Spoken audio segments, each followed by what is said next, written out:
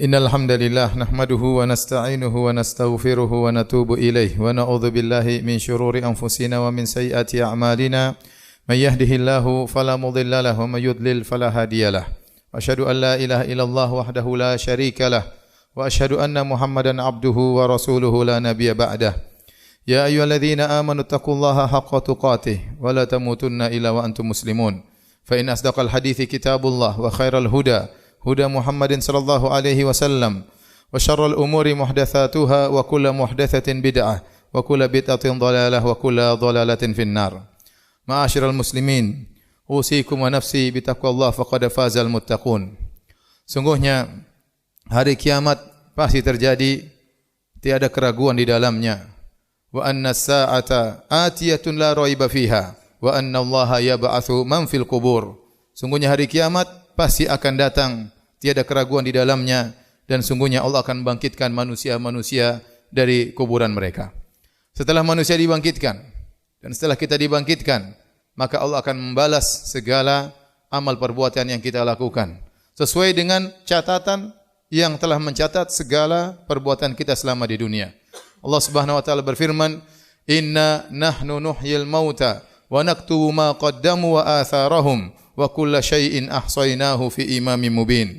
Sungguhnya kamilah yang akan membangkitkan mayat-mayat, dan kami telah mencatat ma qaddamu, apa yang telah mereka kerjakan selama di dunia, baik kebaikan maupun keburukan, wa atharahum, dan bekas-bekas peninggalan mereka, wa kulla syai'in ahsainahu fi imamin mubin, dan seluruhnya telah tercatat dalam kitab Lauhil Mahfuz.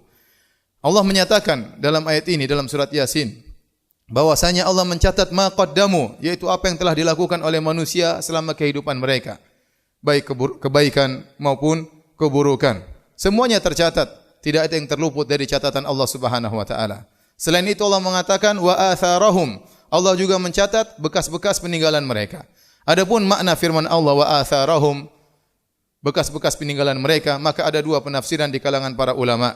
Yang pertama yaitu Allah mencatat bekas-bekas jejak-jejak kaki mereka. Karena athar dalam bahasa Arab artinya bekas jejak yang pernah dipijak oleh kaki. Dan ini menunjukkan Allah mencatat seluruhnya.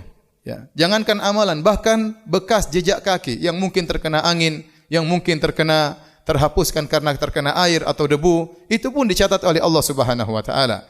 Maka langkah-langkah kita menuju kebaikan dicatat oleh Allah, langkah-langkah kita menuju keburukan juga dicatat oleh Allah Subhanahu wa taala. Dalam hadis yang sahih, tatkala Bani Salimah mengetahui ada tempat lokasi yang kosong dekat Masjid Nabawi, maka mereka ingin pindah rumah agar dekat dengan Masjid Nabawi. Maka Nabi SAW bertanya kepada mereka, "Innahu qad balagani annakum turiduna an tantakhilu qurbal masjid." Telah sampai kabar kepadaku bahwasanya kalian wahai Bani Salimah, ya, hendak pindah rumah untuk tinggal dekat Masjid Nabawi. Maka mereka berkata, "Na'am ya Rasulullah, inna aradna dzalik." Benar wahai Rasulullah, kami ingin pindah rumah dekat Masjid Nabawi. Apa kata Nabi sallallahu alaihi wasallam? "Ya Bani Salimah, diyarakum tuktab atharukum. Diyarakum tuktab atharukum." Yaitu Nabi berkata, "Wahai Bani Salimah, tetaplah di rumah kalian yang lama karena rumahnya agak jauh.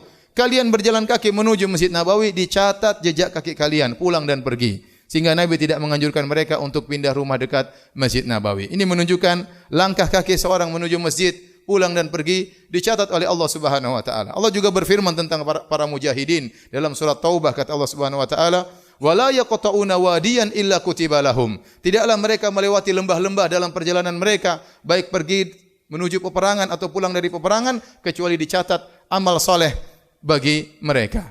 Nah, kalau bekas kaki dicatat oleh Allah Subhanahu wa taala, bagaimana lagi dengan amalan yang dilakukan oleh seseorang? Apalagi perkataannya, apalagi perbuatannya, tentu dicatat oleh Allah Subhanahu wa taala. Maka seorang waspada, jangan dia melangkahkan kakinya menuju kemaksiatan, karena langkah kakinya menuju kemaksiatan, safarnya menuju tempat jauh untuk bermaksiat, semua tercatat di sisi Allah Subhanahu wa taala dan tidak ada satupun yang terluputkan. Oleh karenanya, saya ulangi lagi, kalau bekas kaki dicatat, apalagi amalan seorang. Allah Subhanahu wa taala berfirman tentang perkataan Luqman kepada putranya, "Inna ya bunayya innaha in takum mithqala habatin min khardalin fatakun fi sakhratin aw fis samawati aw fil ardi ya'ti biha Allah. Innallaha latifun khabir."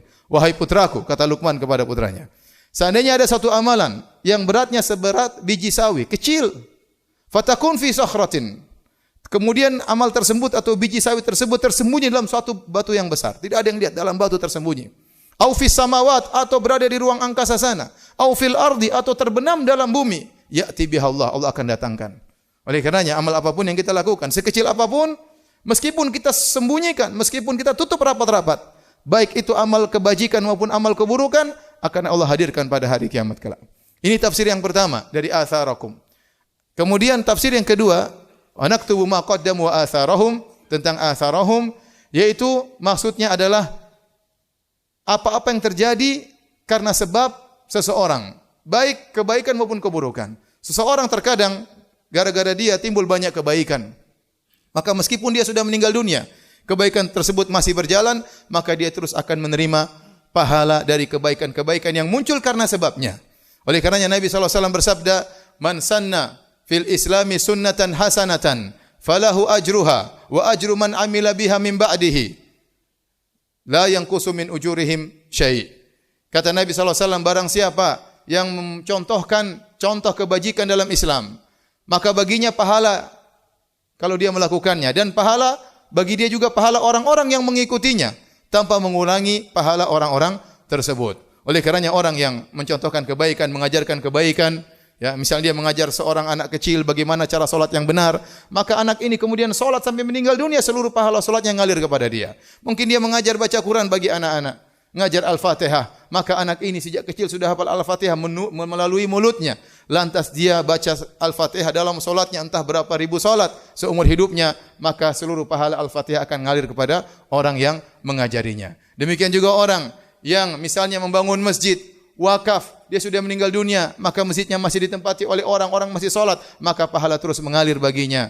Maka benar sabda Nabi SAW, "Idza mata ibnu Adam inqata amaluhu illa min thalath." Jika anak Adam telah meninggal dunia, terputus amalannya kecuali dari 3 perkara. Sedekahun jariyah, sedekah jariyah, maksudnya wakaf, ya. Apakah dia wakaf buku, apakah dia wakaf masjid, apakah dia wakaf rumah untuk anak-anak yatim, ya, wakaf. Apakah dia bangun gali sumur sehingga airnya terus mengalir, ya. Apakah dia wakaf ilmu, ya. Maka terus mengalir baginya. Sedekahun jariyah, ilmun yuntafa'u bihi, ilmu yang bermanfaat, ya. Dia berdakwah, kemudian dakwahnya didengar oleh orang-orang, banyak mendapat hidayah, ya, atau dia menulis buku-bukunya, ya, dia sudah meninggal dunia, bukunya masih dibaca oleh orang sebagaimana para ulama. Mereka telah meninggal mungkin ratusan tahun yang lalu, mungkin ada 1000 tahun yang lalu, tetapi buku-buku mereka masih dibaca, dimanfaatkan oleh manusia hingga saat ini. Kemudian waladun salihun yad'u lahu, anak soleh yang mendoakannya. Oleh karenanya seorang berusaha, ya, selain dia beramal soleh, dia berusaha melakukan sebab-sebab kebaikan. Bisa jadi timbul kebaikan gara-gara perkara yang dia tidak sangka. Mungkin gara-gara satu nasihat yang dia sampaikan, seorang tergerak untuk melakukan kebajikan. Contoh, Al-Imam Al-Bukhari rahimahullahu ta'ala. Kenapa dia menulis kitabnya Sahih Al-Bukhari? Gara-gara satu kalimat yang dia dengar. Kata beliau Al-Imam Al-Bukhari rahimahullahu ta'ala, "Kunna inda Ishaq bin Rahuya." Suatu hari kami, para muhaddithin, berkumpul di rumah Ishaq bin Rahuya, salah seorang ulama, Ishaq bin Rahawai. Kemudian dia berkata, "Lau jama'tum kitaban mukhtasaran li sahihi sunnatin Nabi sallallahu alaihi wasallam." Coba kalau ada di antara kalian yang mengumpulkan kitab yang mengumpulkan hadis-hadis sahih saja dari sunnah-sunnah Nabi sallallahu alaihi wasallam. Apa kata Imam Al-Bukhari? "Fa waqa'a dzalika fi qalbi. Fa akhadhtu bi jam'i al-jami' as-sahih." Maka nasihat Ishaq bin Rahawai tersebut masuk di hatiku, maka aku mulai mengumpulkan hadis-hadis sahih, maka jadilah kitab Sahih Al-Bukhari yang bermanfaat bagi kaum muslimin hingga saat ini, semuanya gara-gara satu kata yang diucapkan oleh Al-Imam Ishaq bin Rahawai. Bisa jadi kita berkata sesuatu, kita motivasi seorang, kemudian dia bersemangat, mungkin dia umrah, mungkin dia haji, gara-gara satu kata yang kita ucapkan, maka itu bermanfaat bagi kita tatkala kita masih hidup maupun terlebih lagi setelah kita meninggal dunia. Ada seorang Filipin, dia membaca sebuah kitab tentang tauhid. Kitab kecil, kemudian dia masuk Islam. Setelah dia masuk Islam, kemudian menjadi dai. Akhirnya ribuan orang masuk Islam gara-gara dia. Dia dapat pahala dengan ribuan orang masuk Islam. Penulis kitab tauhid yang kecil tersebut juga mendapatkan pahala gara-gara dengan sebab dia orang ini pun masuk Islam. Aqulu qouli hadza wa astaghfirullah li wa lakum wa lisairil muslimin min kulli dhanbin wa khati'ah fastaghfiruhu innahu huwal ghafurur rahim.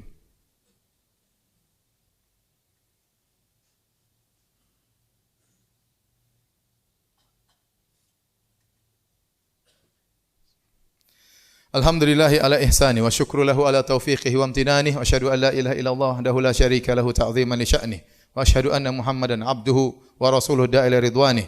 Allahumma shalli alaihi wa ala alihi wa ashabi wa ikhwani. Hadirin ma'asyiral muslimin, sebagaimana seorang setelah meninggal bisa dicatat kebaikan terus yang mengalir, sebaliknya seorang setelah meninggal di kuburan bisa jadi dosa terus mengalir kepadanya. Sebagaimana ada pahala jariyah, ada juga dosa jariyah. Oleh karenanya Nabi SAW bersabda, "Wa man sanna sunnatan sayyi'atan falahu wizruha wa wizru man amila biha min ba'dihi min ghairi an yanqusu min ujurihim syai'."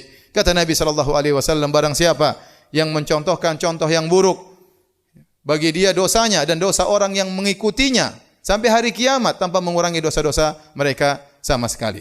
Nabi SAW juga pernah bersabda, laisa min nafsin tuqtalu zulman illa kana li ibni Adam al-awwal kiflun min damiha li'annahu awwala man sannal qatl." Kata Nabi SAW, tidak ada satu jiwa pun yang terbunuh dengan kezaliman kecuali anak Adam yang pertama juga dapat dosanya, karena dia yang pertama kali mencontohkan bagaimana cara membunuh. Dia yang pertama kali membunuh. Semua orang membunuh setelah itu karena kezaliman, dosanya juga mengalir kepada anak Adam yang pertama kali mencontohkan membunuh. Allah Subhanahu wa taala berfirman, liyahmilu awzarahum kamilatan yaumal qiyamah wa min awzaril ladzina yudhillunahum bighairi ilm ala sa'a ma yazirun.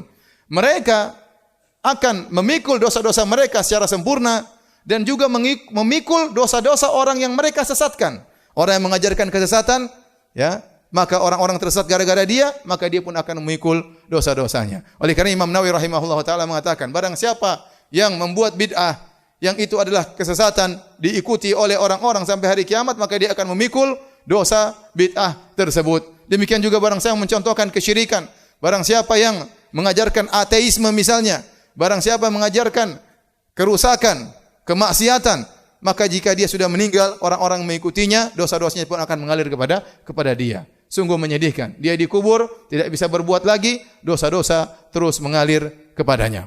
Oleh karena seorang berhati-hati tatkala bertindak, tatkala berbuat. Bisa jadi gara-gara dia timbul kerusakan-kerusakan yang terjadi. Contoh dalam perdagangan sederhana.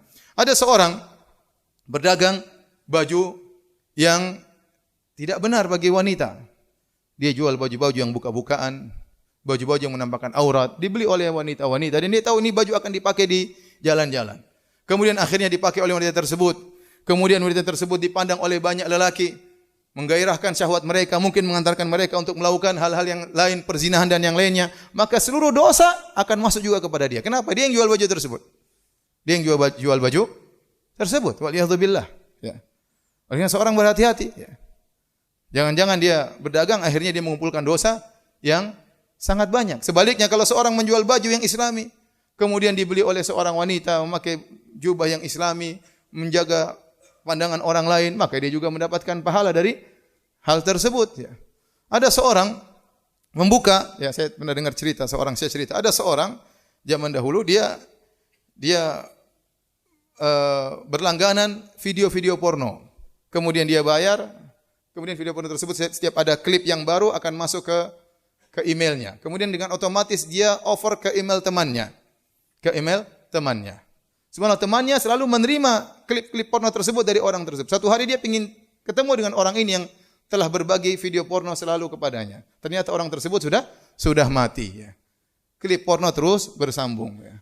Demikian juga orang yang buka akun-akun yang menyesatkan, akun-akun yang isinya cacian, akun-akun yang menyebarkan gambar-gambar yang haram. Bisa jadi pemilik akun sudah meninggal dunia. Kemudian akunnya masih bisa diakses oleh orang lain, kemudian dilihat oleh banyak orang dan dosa terus mengalir baginya. Maka seorang bertakwa kepada Allah Subhanahu wa taala. Hidup tidak lama, hidup kita cuma sekali, jangan spekulasi, kumpulkan kebaikan sebanyak-banyaknya. Kalau kita bisa punya amal jariah maka lakukanlah. Kalau kita punya uang maka wakaflah. Ya, kalau kita punya ilmu maka sebarkanlah. Kalau kita punya nasihat maka tebarkanlah. Semoga tatkala kita meninggal dunia, ya, pahala masih terus mengalir kepada kita semua. Innallaha malaikatahu yusalluna 'alan nabi ya ayyuhalladzina amanu sallu 'alaihi wa sallimu taslima. Allahumma shalli 'ala Muhammad wa 'ala ali Muhammad kama shallaita 'ala Ibrahim wa 'ala ali Ibrahim innaka Hamidum Majid. Wa barik 'ala Muhammad wa 'ala ali Muhammad kama barakta 'ala Ibrahim wa 'ala ali Ibrahim innaka Hamidum Majid. Allahumma ighfiril muslimina wal muslimat والمؤمنين والمؤمنات الأحياء منهم والأموات إنك سميع قريب مجيب دعوات ويا قاضي الحاجات اللهم آت نفوسنا تقواها وزكها أنت خير من زكاها أنت ولي ومولاها اللهم اغفر لنا ما قدمنا وما أخرنا وما أسررنا وما أعلنا وما أنت أعلم به منا أنت المقدم وأنت المؤخر لا إله إلا أنت ربنا ظلمنا أنفسنا وإن لم تغفر لنا وترحمنا لنكونن من الخاسرين ربنا آتنا في الدنيا حسنة وفي الآخرة حسنة وقنا عذاب النار وأقيموا الصلاة